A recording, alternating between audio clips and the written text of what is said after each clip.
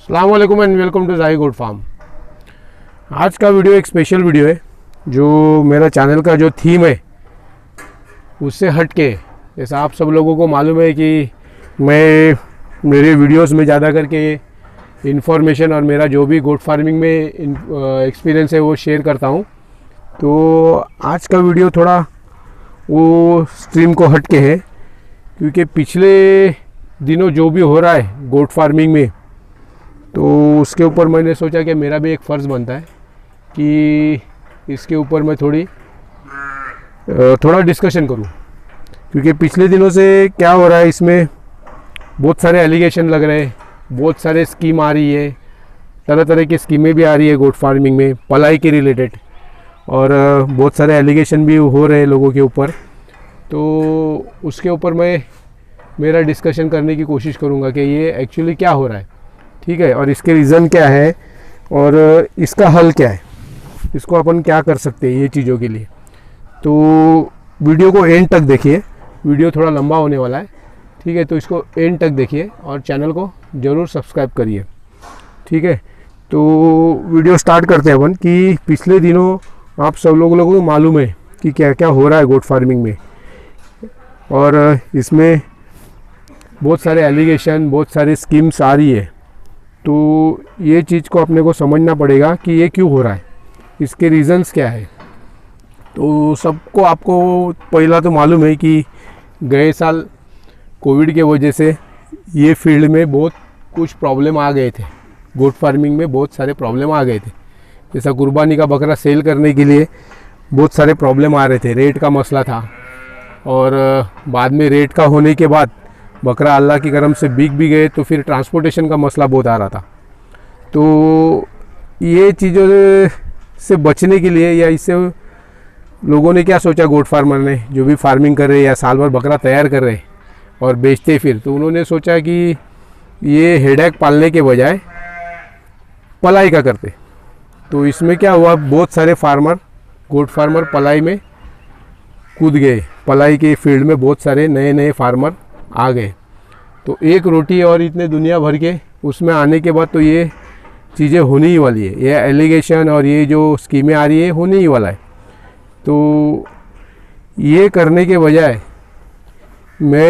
मेरा ये मानना ऐसा है कि ये चीज़ें करने के बजाय आप लोगों को एजुकेट करो।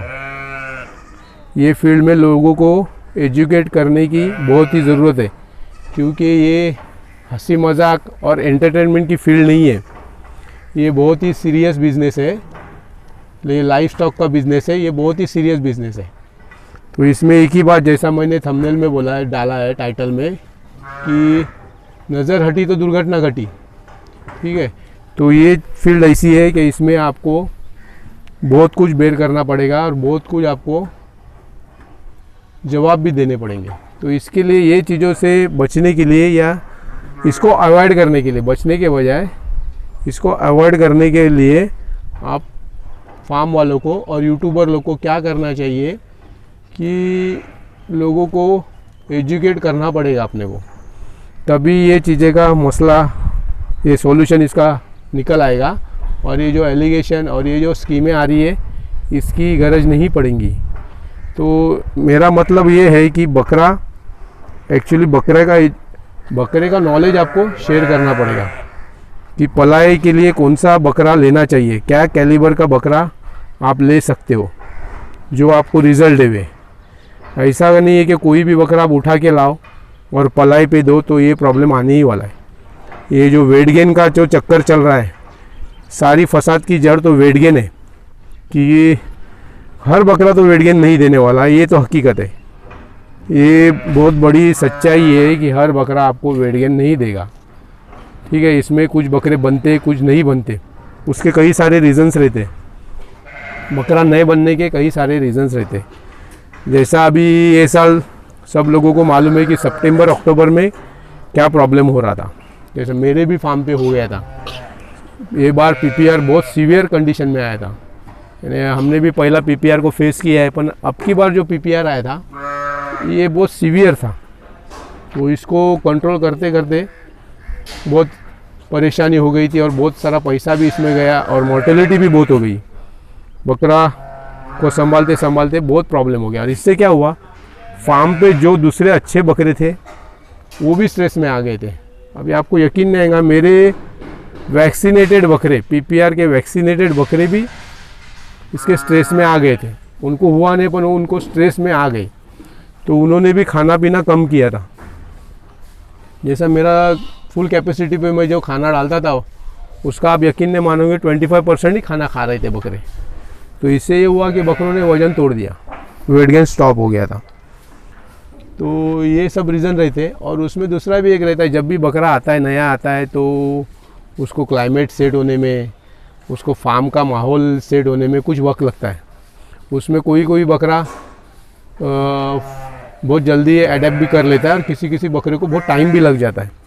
और उसमें अगर उसको मेडिसिन वगैरह लगती है तो और टेढ़ी खीर बन जाती है। जैसा एक एंटीबायोटिक का इंजेक्शन लग जाए बकरे को तो बकरा वेट गेन में उतना आसानी से नहीं बढ़ेगा।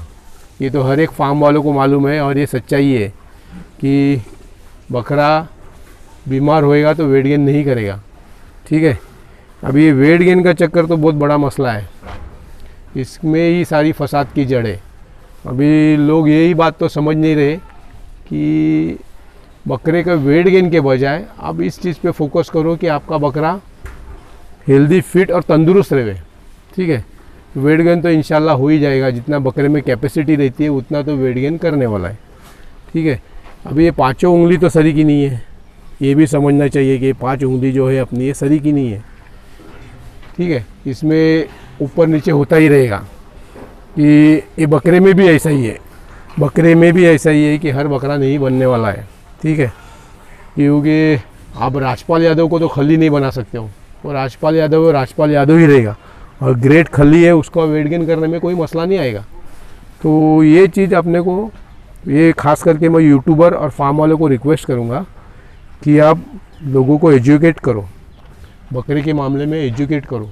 फार्म वाले ने तो खास करके इसकी बहुत ही ज़्यादा ज़रूरत है। जो जूने फार्म वाले हैं, एक्सपीरियंस बंदे हैं, तो उनको तो ये बहुत ही ज़रूरी है कि आप लोगों को एजुकेट करो कि बकरा कौन सा आपको सिलेक्ट करना चाहिए। ठीक है, बीमार बकरे की भी पहचान होना बहुत ज़रूरी है कि बीमार जानवर को कैसा पहचाने अपन।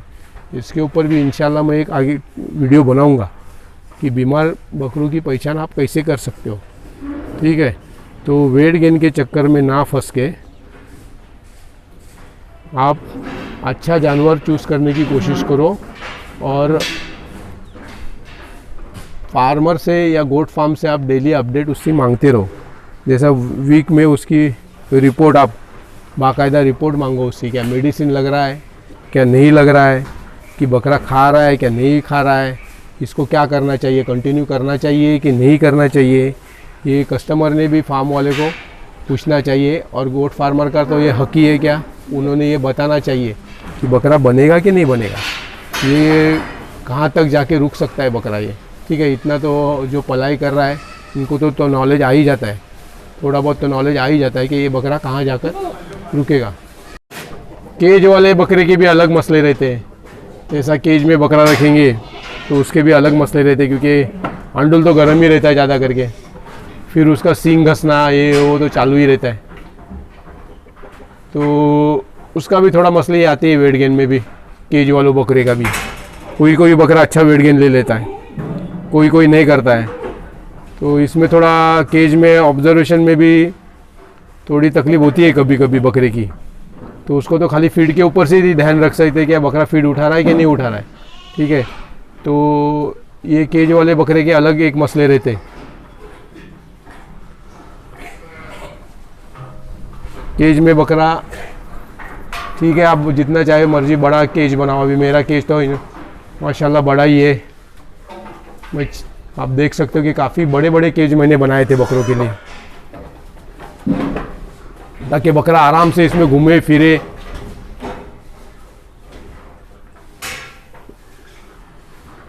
तो ये सब चीज़ें रहती है केज की भी। कोई बकरे को सींग घसने की काफ़ी गंदी आदत रहती है। तो ये चीज़ को प्रोटेक्ट करना भी बहुत बड़ा मसला है। यानी सिंक की गारंटी बोलो या दूसरी कोई उसकी चीज़ की गारंटी, ये तो बहुत मुश्किल बात हो जाती है। ये तो सब लोगों को मालूम है, क्या जो घर पे बकरा पालता है उनको भी मालूम है, या सिंगल बकरा जो पालता है उनको भी मालूम है कि ये चीज़ तो होनी ही है। सिंक का मसला बोलो या और कोई मसले बोलो, वो बकरे को होना ही है। उससे बचना बोलेगा तो बहुत ही यानी इम्पॉसिबल सी बात है वो। ठीक है, बकरा चाहे खुट्टे को बांधो आप या केज में रखो, जैसे खुट्टे में बांधे बकरे, तो ये तो सिंग घसेंगे ही, तो मसला आता ही आता है। मेरे को भी आ रहा है, नहीं ऐसा नहीं, ये सिंग का मसला मेरे को भी परेशान कर रहा है।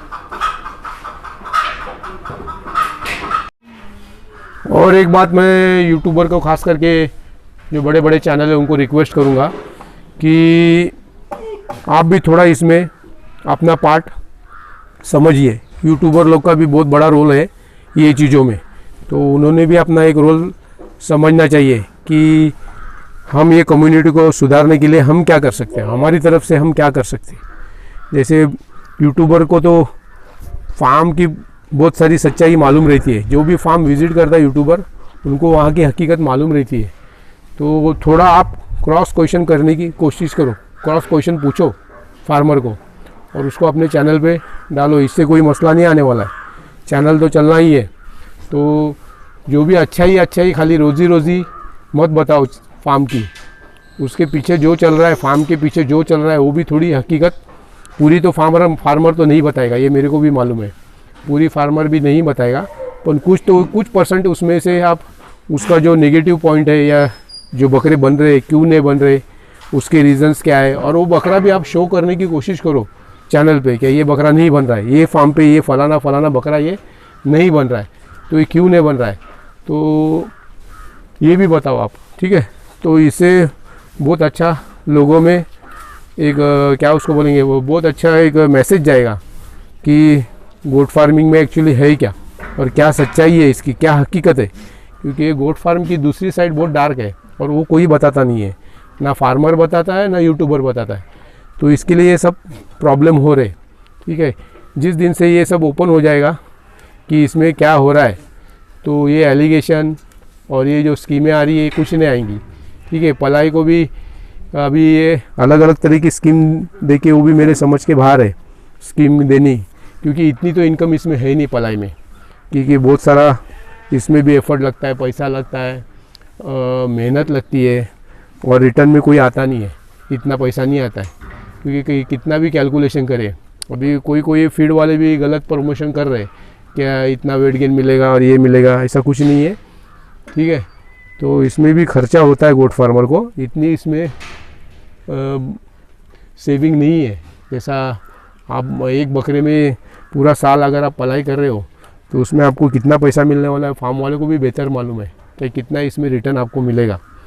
तो ये सब चीज़ें बताना चाहिए और फोकस ये चीज़ पे करो कि अपना बकरा हेल्दी और तंदुरुस्त रहे, बजाय कि वेट गेन के चक्कर में बहुत कुछ हो रहा है।